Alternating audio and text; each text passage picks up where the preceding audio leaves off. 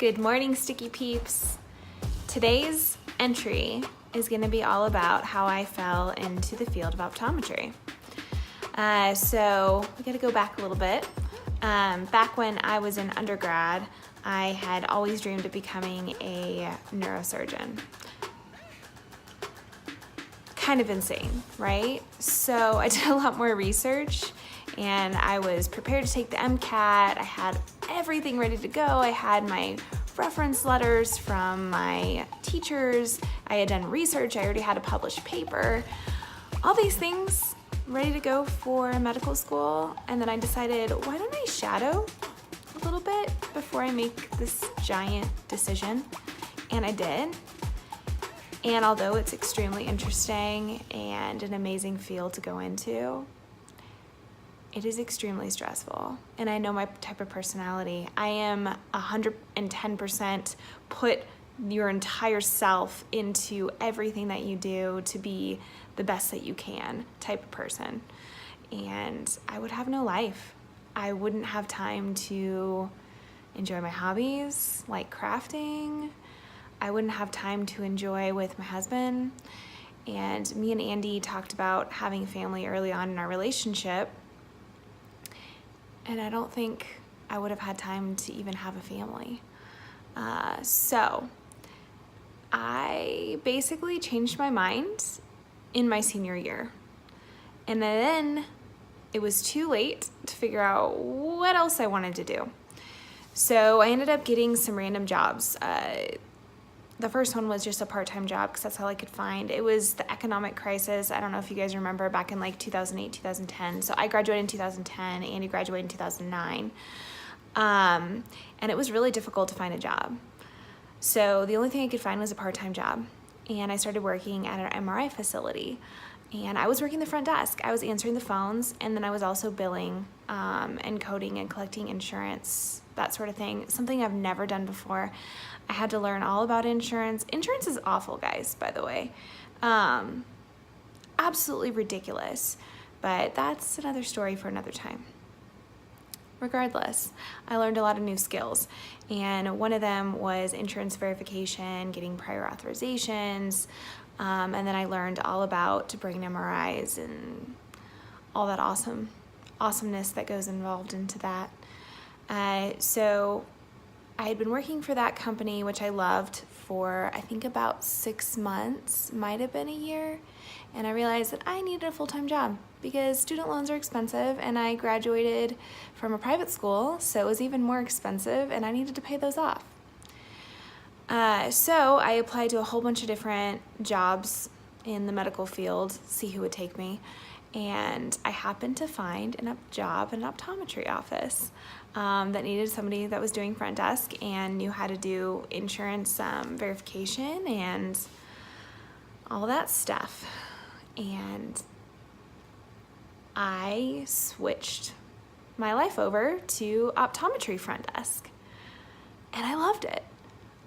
I had only been to the eye doctor twice in my life before I got that job, and I think I got that job when I was around 23.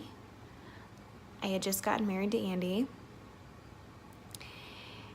and I literally went to the optometrist at a Walmart when I was 12 because I couldn't see. And everybody in my family wears glasses except for my little brother. So my mom and my dad both wear glasses, contacts, those sorts of things. It's really interesting to me that they waited until I was 12 and I was having issues with my vision before taking me to get my eyes examined. But they didn't know any better. And now I know all these things, and that you should have your first exam by an eye doctor, not pediatrician screening, by an eye doctor. That's an ophthalmologist or an optometrist that specializes in pediatrics by the time they're 1. And then you can decide when the next time it is for them to have an exam. But you need to get their eyes examined by a specialist. Pediatricians are amazing, but think about all the things that they have to do and know. The eyeballs are so complicated, and not to say that other body parts aren't as complicated, because they are, but it is extremely important for your child to have their eyes checked out by a specialist, because there are times where if you wait and you wait until they're 7 or 10 or 11 or they're having trouble in school, you've taken away their ability for their brain to actually develop the process to see. So no matter what you do, no matter what pair of glasses you put in front of their face, they might never be able to see as good as if you would have caught it when they were early, because brain development starts real young, right, guys? So that's another soapbox. But anyways, I found this amazing field of optometry and I fell in love.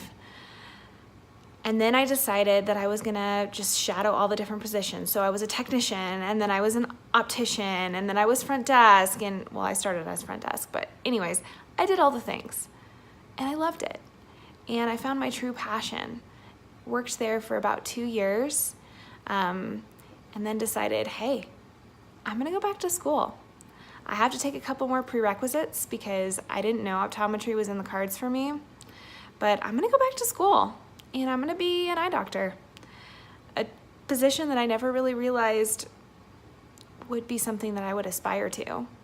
I did learn all about eyes in my neuro classes in undergrad, not as in depth as, of course, what I went to in optometry school, but definitely a lot of details were touched in my neuro classes because the eyes and the brain are so connected.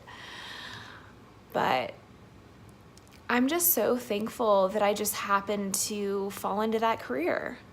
Not many people can say that. And so that brings up another topic. I actually took 3 years off in between my undergraduate degree and my doctorate degree.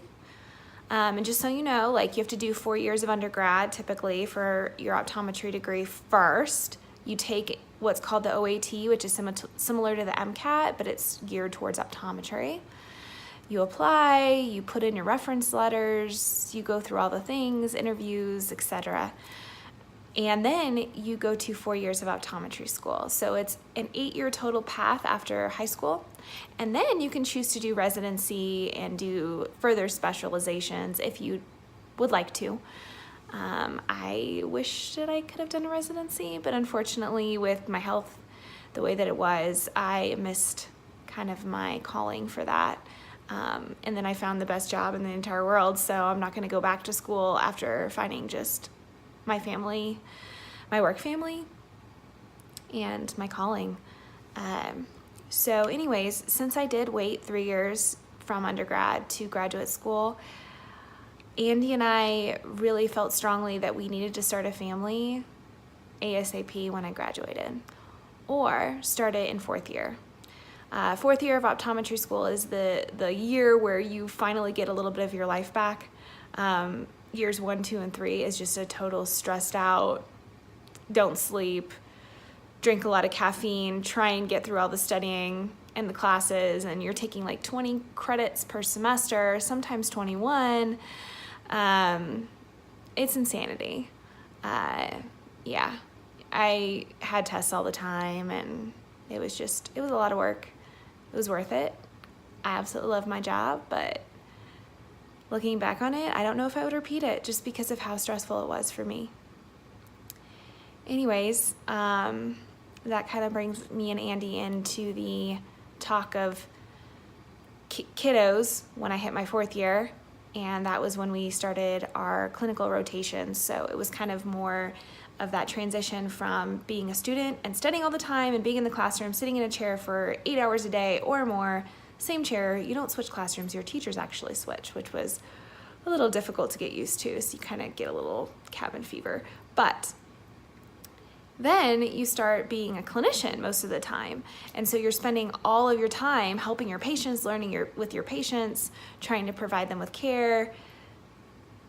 That's basically what I would think almost every optometrist goes into the field thinking that they're going to be doing, right? I mean, there's also people that love research and love to find new ways to help people in the laboratory environment versus in the actual clinical environment. But I was all about the clinic. I wanted to help people with a one-on-one experience.